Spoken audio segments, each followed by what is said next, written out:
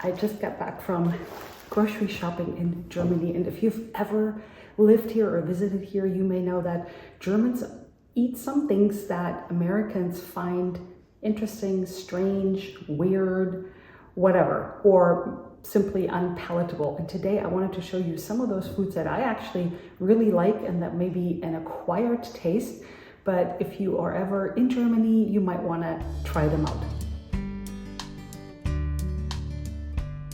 The first thing is something that I do remember from my childhood, and that is Zwieback. And what is Zwieback? Basically, it is a very light white sandwich bread that is sliced, and then the slices are dried. So it's a little bit like the Italian biscotti.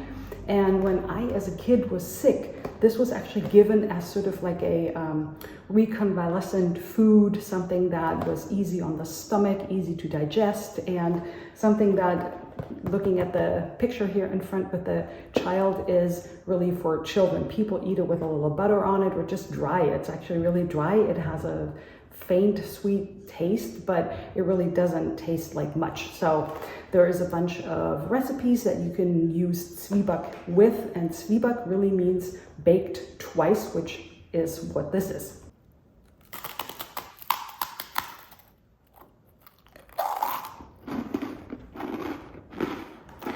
Whoa. Fail on camera.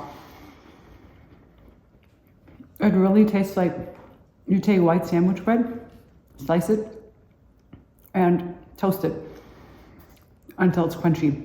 So it has a bit of a sweet taste, very faint, not like a cake type of sweetness. And it's super light and airy, and you could probably put some jam on it or something like that, but a lot of people just eat it like this. Sticking with the childhood theme, the next thing is Ovomaltine. Ovomaltine is a cocoa drink powder, and what this really is it's 51% barley malt and then cocoa powder and sugar and some other ingredients. I don't know if the recipe has changed over the years, but I remember having this as a child in the mornings for breakfast, and it was supposed to be a very nutritious, energy-giving drink, probably because of the barley malt, and they say it's a very classic thing. So that is something that I do remember from my childhood, and that is very specific in Germany and that I haven't seen anywhere else on this planet. Okay, so here's my Ovomaltine malted drink. Well, first of all, I'm jolted back into my childhood, and it is more malty than chocolatey, but it also depends on how much actually you use. So this one is not very thick, it's pretty diluted, but if you'd like it sweeter and a little bit more pronounced, you add a little bit more powder to it. But what I like about it is that it's not overly sweet. Sticking with the drinks, Brottrunk basically means bread drink, and that is what it is. My guess is this originated somewhere in Eastern Europe, and essentially it is sourdough bread, dried, and you pour water over it and let it ferment, and that it has a slightly fermented, fizzy, low-calorie drink that is a probiotic, so because it's fermented. And I'm going to try to actually make this myself. As I was looking at it, I was thinking that's a great idea. If you have any leftover homemade really good sourdough bread, it would probably be really simple to make this at home. Like I said, it's very healthy, it's very low calorie. Check back on this channel because I will try to come up with a recipe for this and see if you can make it at home. It's a slightly sour taste, almost like sauerkraut juice, but not as acidic as sauerkraut juice, but very refreshing and healthy tasting, but I like it. Maybe this isn't so weird, but the idea of having curry ketchup, this is actually a Gewürz ketchup with curry taste, is somewhat foreign for most Americans. And this is something Gewürz, ketchup, curry ketchup, how we say it in German. And that is something that you either have with your barbecue, you can have it over steaks or some other meats, but most of the time you find this over currywurst, basically a curry sausage. So it's a sausage with a bratwurst, and then you pour this over it and you have it with French fries. Very traditional German food. Next up, we have Heringssalat, which is basically a herring salad. This is a pickled herring in a dressing with red beets and cream, and then depending on the recipe you might find root celery pieces in it, you might find some egg. There's a lot of recipes how you can make this at home. We would have it for New Year's Eve, and you can have this for breakfast on your bread for a hearty breakfast. Some people eat it for supper, or I don't know how else you would eat it, but this is something that I find actually really delicious, but it may be somewhat foreign to most American palates.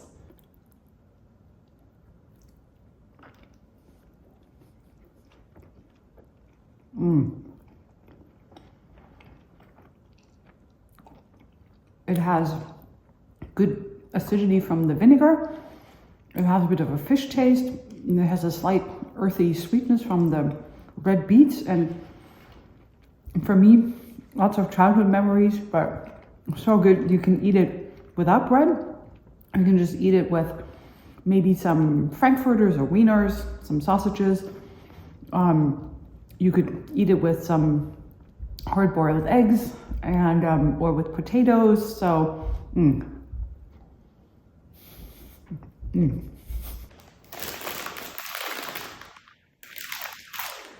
This doesn't really say what it is, but it is either called Handkäse or Harzer Käse, and it is a cheese product that either means hand cheese, and that refers to the fact that it is formed with hands and is actually made from quark. I do have a recipe on my channel how you can make quark at home, and quark is another specific, authentic German fresh soft cheese, and you make this from that. And I would assume that this actually started as something of the leftover, what else can we make with something that we already have instead of wasting ingredients.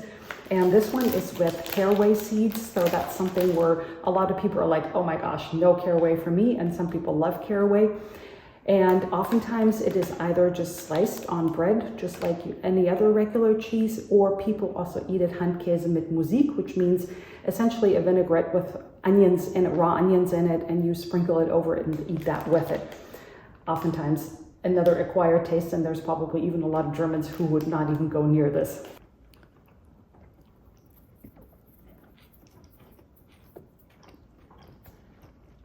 It is a cheese. It's very low in fat because it's quark based, that soft German fresh cheese. It's very mild, but I don't think there's anything that compares to this with anything that you can get in the US, so you'd have to try it. But it is a cheese. It has a cheese consistency, and it's really good. I mean, what can I say? Griebenschmalz. I am not exactly sure what grieben is, but it is essentially if you make lard, if you render lard, you get the lard, and then you have these little pieces in it, and that is what is in this.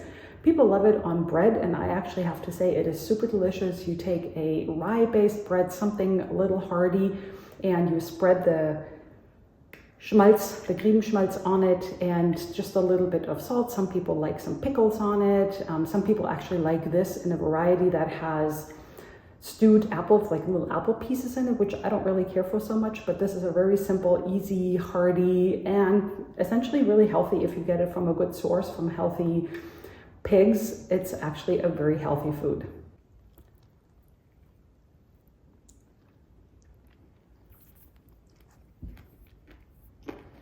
Not much to say. Just imagine you put lard on a slice of bread. I personally think it's really good with like a rye bread or a dark sourdough bread. I don't think it would be pretty good on like a white bread or like a white sandwich bread. But I actually think that these little bits of pieces in there add some crunch and just a little bit of interesting texture. But yeah, so it's a very good little snack or anything whenever you feel like having a hearty food.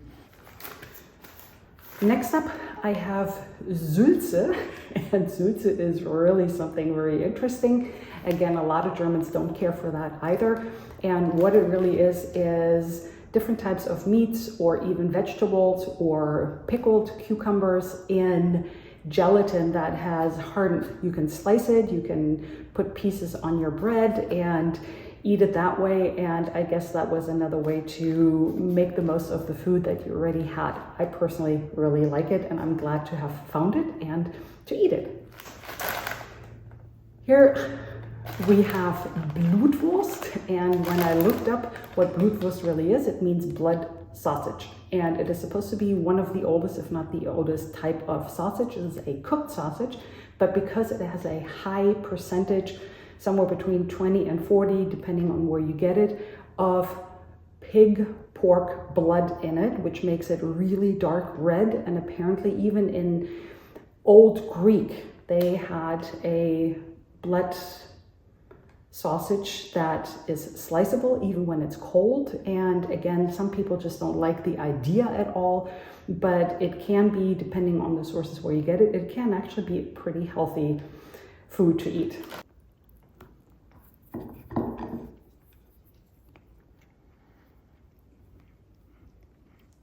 Tastes like really good cold cut.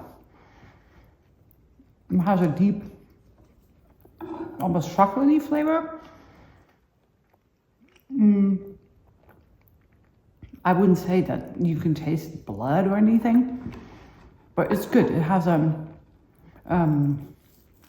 it's interesting to describe taste, but almost like a brown taste. I know that doesn't make a whole lot of sense, but it's really good. It's very dense. It's definitely more in the direction of a salami. Now we have Mettwurst, and this is also something that freaks out a lot of Americans because essentially it is raw meat, and it can be pork and it can be beef and it can be a mixture, and you just put it on bread. And a lot of people like to slice onions very thinly and put them on top, a little salt and pepper, and I think it's perfect. It's essentially the same idea as the Italian carpaccio, which is also a raw beef. So why not eat raw pork? And obviously this is something that's very perishable and you want to eat within a few days of opening.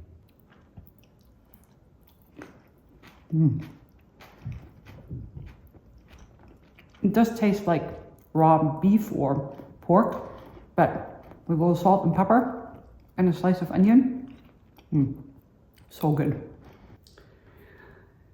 Then I have Vitam, which is the German equivalent to Marmite. I personally like it a lot better than Marmite. I think that Marmite has a very intense flavor. So this is yeast-based, nutritional yeast-based. It's very high in B vitamins, and a little bit goes a long way. I like to eat it on a slice of fresh bread with some butter and on it, and it's almost like a seasoning rather than just really something that you spread on it. Even though it is a spread, I would really use it very sparingly as a seasoning. Let me know if you have any questions about any of these ingredients, or if you think that I actually missed one or more ingredients that you think that Germans eat that should have been included in this video, because I always learn as much from you as you often say you learned from me. Thank you so much for watching and joining me here in my mom's apartment in Germany, and I'll see you in the next video.